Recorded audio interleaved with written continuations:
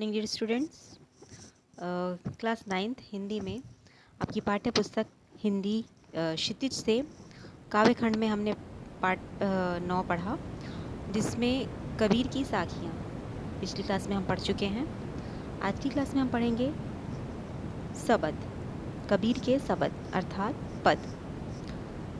तो पहला पद है, मोको कहाँ ढूंढे बंदे, मैं तो तेरे पास में, ना मैं देवल ना मैं मस्जिद, ना काबे कैलाश में, ना तो कौने क्रिया कर्म में, नहीं योग वैराग में, खोजी होए तो तुरते मिली हों पल भर की तलाश में, कहें कबीर सुनो भाई साधो सब श्वासों की श्वास में। अब इसके कुछ शब्दार्थ मैं बताना चाहूँगी। मोको अर्थात मुझे, बंदे मतलब मनुष्य को कहा जा रहा है, देवल अर्थात मंदिर जहाँ देवताओं का निवास है, काबा मुसलमानों का पवित्र तीर्थ जिसे कहते हैं, कौने मतलब किसी, क्रियाकर्म सांसारिक आडंबर योग यानी कि योग साधना, बैराग मतलब वैराग्य, तुरते अर्थात शीघ्र ही, तलाश मतलब खोज। तो क्या कहते हैं कबीरदास जी, मोको कहाँ ढूंढे बंदे, मैं तो तेरे पास में। इस ईश्वर के लिए कबीरदास जी क्या कर रहे हैं, संबोधन कर रहे हैं स्वयं को, और निराकार ब्रह्म है ना जो है वो क्या कह रहा है, मनुष्य को कह रहा है। इस संसार का जो मनुष्य है उसको संबोधित कर रहे हैं ईश्वर, और क्या कहते हैं कि हे मनुष्य, तुम मुझे बाहर कहाँ तलाश रहे हो और मुझे ढूंढते हुए तुम भटक रहे हो। मैं तो तेरे पास में, मैं तो तुम्हारे बहुत ही पास हूँ, नज़दीक हूँ। और क्या कहते हैं ईश्वर, मैं आपके बहुत नज़दीक हूँ, ना मैं मंदिर में रहता हूँ ना ही मैं मस्जिद में रहता हूँ, ना मुसलमानों के तीर्थ काबा में निवास करता हूँ, और क्या कहते हैं ना ही कैलाश और ना ही हिंदुओं के कैलाश पर्वत पर। अतः जितने भी ये सब स्थान है, देव स्थल है, धार्मिक स्थल है विभिन्न धर्मों के, वहाँ पर मैं निवास नहीं करता। अतः इन जगहों पर तुम मुझे ना ढूंढो, क्यों खोज रहे हो, व्यर्थ क्यों भटक रहे हो। और क्या कहते हैं, ना तो मैं किसी विशेष क्रिया करने से मिलता हूँ, ना तो कौने क्रिया कर्म में, और क्या कहते हैं ना ही मैं कोई विशेष क्रिया करने से मिलता हूँ, ना ही योग वैराग में, और ना ही किसी भी प्रकार की योग साधना करने से मिलता हूँ। और क्या कहते हैं, खोजी होए तो तुरते मिली हो। क्या कहते हैं कि अगर खोज सकते हो तो कहाँ पर हूँ मैं, तुरंत ही आपको प्राप्त हो जाऊंगा, दर्शन दे दूंगा। और आपको इसके लिए क्या करना है, खोजी है हो तो तुरते मिल हो, पल भर की तलाश में, क्षण भर में मैं आपको मिल सकता हूँ। आपकी तलाश ऐसी होनी चाहिए, मतलब कैसी, आप में एक ललक होनी चाहिए ईश्वर को प्राप्त करने की। कहें कबीर सुनो भई साधो सब श्वासों की श्वास में। और क्या कहते हैं कि भक्तों को संबोधित करते हुए कहते हैं, सुनो भाई संतों, किसको कहते हैं, भक्तों को कबीरदास जी संबोधित करते हुए कहते हैं कि सुनो भाई भक्तों, वह परमात्मा सब प्राणियों में विद्यमान है, प्रत्येक स्थान में, प्रत्येक जीव में विद्यमान है। जैसे सांस तुम्हारे भीतर है, वैसे परमात्मा भी तुम्हारे भीतर ही निवास करता है। और क्या कहते हैं, वही प्राण बनकर तुम्हारे भीतर क्या है, समाया हुआ है, सब श्वासों की सांस में तुम्हारे भीतर वो समाया हुआ है। तो अतः उसे खोजने के लिए बाहर कहीं भी ना जाओ, मन में ही खोजो ईश्वर को, कहीं भी बाहर नहीं। तो इसको हम एक बार रिपीट करते हैं। इसमें जो स्वयं निराकार ब्रह्म है, ईश्वर है, वो मनुष्य को संबोधित करते हुए कहते हैं, हे मनुष्य, तू मुझे अपने से बाहर कहाँ ढूंढता भटक रहा है। मैं तो तेरे बहुत नज़दीक हूँ, ना मैं मंदिर में रहता हूँ ना ही मस्जिद में, ना मुसलमानों के तीर्थ काबा में निवास करता हूँ, न हिंदुओं के कैलाश पर्वत पर। अतः इन स्थानों पर मुझे क्यों खोज रहे हो, तुम्हारा भटकना क्या है, व्यर्थ है। ना तो मैं किसी विशेष क्रिया करने से मिलता हूँ, ना ही किसी कर्म कांड से, ना मैं योग साधना करने से मिलता हूँ, ना संसार को छोड़कर सन्यासी बनने से। ये सब क्या है? ऊपरी दिखावे हैं। मैं तो कहाँ हूँ? सर्वत्र हूँ, सभी जगह व्याप्त हूँ। यदि सच्चा खोजने वाला भक्त हो, जिसके मन में मुझे प्राप्त करने के लिए क्या हो? सच्ची ललक हो, तो मैं तुरंत ही क्षण भर में उसे दर्शन देता हूँ। मुझे पाने के लिए तो पल भर की सच्ची लगन ही क्या है? काफ़ी है, पर्याप्त है। कबीरदास जी भक्तों को संबोधित करते हुए कहते हैं, सुनो भाई संतो, वह परमात्मा सब प्राणियों में विद्यमान है। जैसे सांस तुम्हारे भीतर है, वैसे ही परमात्मा भी तुम्हारे भीतर निवास करता है। वही प्राण बनकर तुम्हारे भीतर समाया हुआ है। अतः उसे खोजना है तो मन में खोजो, बाहर नहीं। फिर दूसरा पद है, संतो भाई आई ज्ञान की आंधी रे, भ्रम की टाटी सबे उड़ानी, माया रह न बांधी, हिति चित्त की द्वै धुनी, गिरौनी मोह बलिंडा टूटा, तृष्णा छानी परी घर ऊपरी, कुबधी का भांडा फूटा, जोग जुगती करी संतो, बांधी निरचु चुवे न पानी, कूड़ कपट काया का निकस्या, हरि की गति जब जानी, आंधी पीछे जो जल बूठा, प्रेम हरिजन भीना, कहे कबीर भान के प्रगटे, उदित भया तम खीना। इसमें थोड़े क्लिष्ट शब्द हैं, है ना, जिसके मैं आपको मीनिंग अर्थ में बताती हूँ। कबीरदास जी इस पद में कहते हैं टाटी किसे कहते हैं? बांस की फट्टियाँ जो होती हैं ना, उनसे बना हुआ क्या होता है? एक पर्दा होता है। आपने प्राचीन काल में देखा भी होगा कि छोटे छोटे छोटे छोटे बांस जो पतले पतले होते हैं, उनसे क्या बनाया जाता? पर्दा बनाया जाता था और उसे ही लगाया जाता था। माया, माया किसे कह रहे हैं यहाँ पे? अविद्या, जो विद्या प्राप्त नहीं है। और एक प्रकार की रस्सी, माया की रस्सी।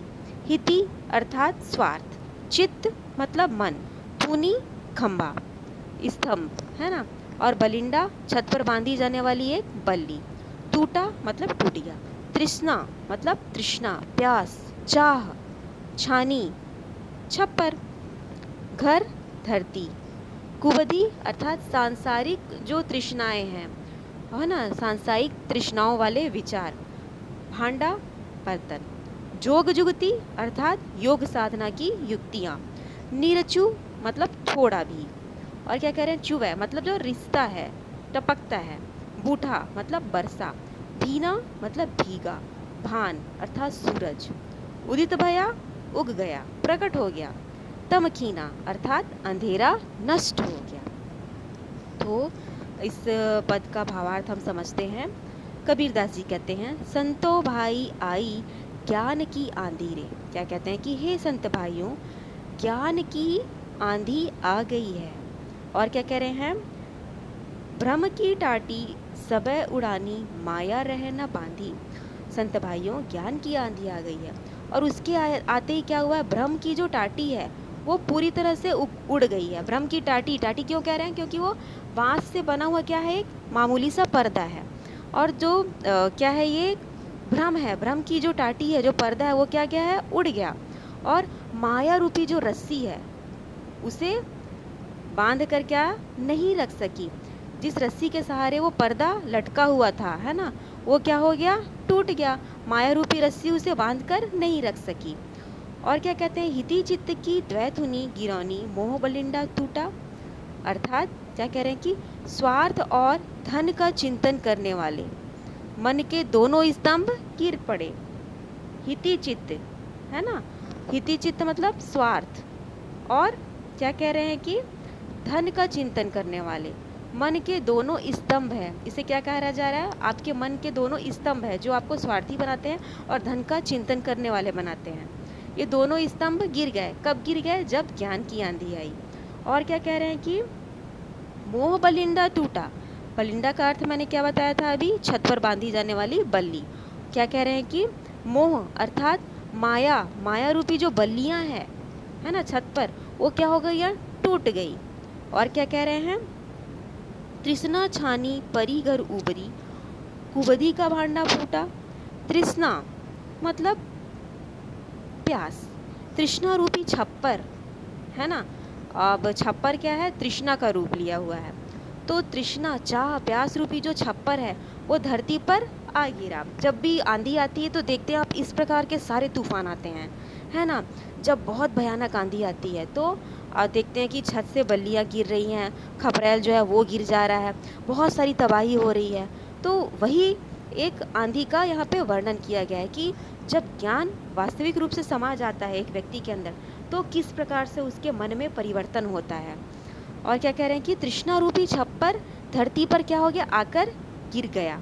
और क्या कहते हैं, कुबधी का भांडा फूटा। कुबधी किसे कहेंगे, कुबधी कुबुद्धि, मतलब मन के अंदर जो कुबुद्धि है, बुरी बुद्धि है, उसके बर्तन, कुबुद्धि रूपी बर्तन क्या हो गए, टूट फूट गए। भांडा फूटा, टूट फूट गए। जोग जुगती करी संतो बांधी, निरचु चुए न पानी। और क्या कह रहे हैं कि ये जो कुबुद्धि रूपी बर्तन है वो भी टूट गए और कुबुद्धि का क्या हो गया, भेद खुल गया।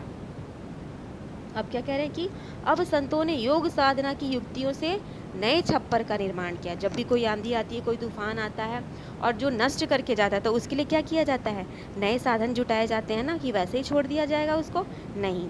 जो बल्ली उड़ गई उसके लिए नई बल्ली लगाई जाएगी, जो छप्पर गिर के टूट गए वहाँ पे नए छप्पर लगाए जाएंगे।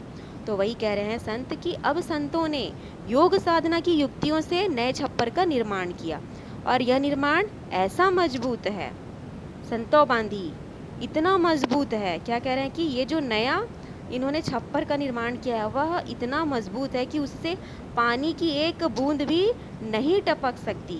निर्चू चुए न पानी, इतना मजबूत उन्होंने छप्पर का निर्माण किया है, बहुत मजबूत, जिसमें पानी की एक बूंद भी नहीं टपक सकती।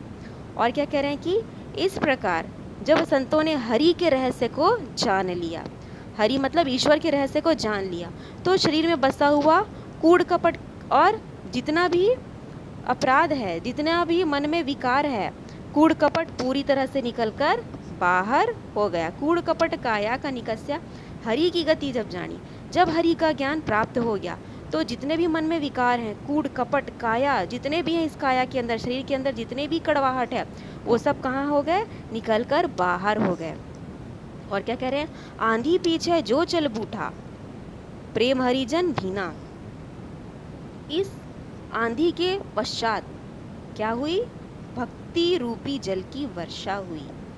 आंधी आती है, कहते हैं ना आंधी का संकेत क्या है, बहुत तेज बारिश होगी, बहुत वर्षा होगी। तो वही क्या कह रहे हैं कबीरदास जी की, इस ज्ञान की आंधी के पश्चात भक्ति रूपी जल की वर्षा हुई और जिसके प्रेम में हरि के सभी भक्त क्या हो गए, भीग गए।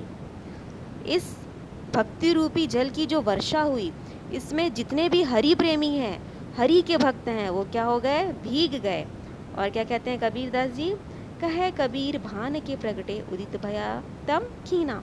और कबीरदास जी कहते हैं कि इस प्रकार ज्ञान रूपी सूर्य के प्रकट होने पर, भान मतलब सूर्य, उसके प्रकट होने पर जो भी अंधकार शेष था वो समाप्त हो गया। तो एक बार हम इसको रिपीट करते हैं। कबीरदास जी कहते हैं, हे संत भाइयों, ज्ञान की आंधी आ गई है, उसके आते ही भ्रम की टाटी पूरी तरह उड़ गई, माया रूपी रस्सी उसे बांध कर न रख सकी। स्वार्थ और धन का चिंतन करने वाले मन के दोनों स्तंभ गिर पड़े। मोह रूपी, है ना, मोह रूपी बलियां टूट गई। तृष्णा रूपी संसार धरती पर आ गिरा छप्पर। कुबुद्धि रूपी बर्तन टूट फूट गए, अर्थात कुबुद्धि का भेद खुल गया। अब संतों ने योग साधना की युक्तियों से नए छप्पर का निर्माण किया। यह निर्माण ऐसा मजबूत है कि उससे पानी की एक भी बूंद नहीं टपक सकती। इस प्रकार जब संतों ने हरि के रहस्य को जान लिया तो शरीर में बसा हुआ कूड़ कपट पूरी तरह से बाहर हो गया। इस ज्ञान की आंधी के पश्चात भक्ति रूपी जल की वर्षा हुई, जिसके प्रेम में हरि के सभी भक्त भीग गए। कबीरदास जी कहते हैं, इस प्रकार ज्ञान रूपी सूर्य के प्रकट होने पर जो भी अंधकार शेष था वह समाप्त हो गया। तो स्टूडेंट्स, हमने पढ़ा काव्यखंड में पहला पाठ, है ना, कबीर की साखियाँ और शबद। पिछली क्लास में हमने कबीर की साखियाँ, इसका भावार्थ पढ़ा और कबीर के शबद हमने आज की क्लास में पढ़ा। तो हमारा एक चैप्टर कंप्लीट हुआ इससे related question answer next class में करेंगे। ओके।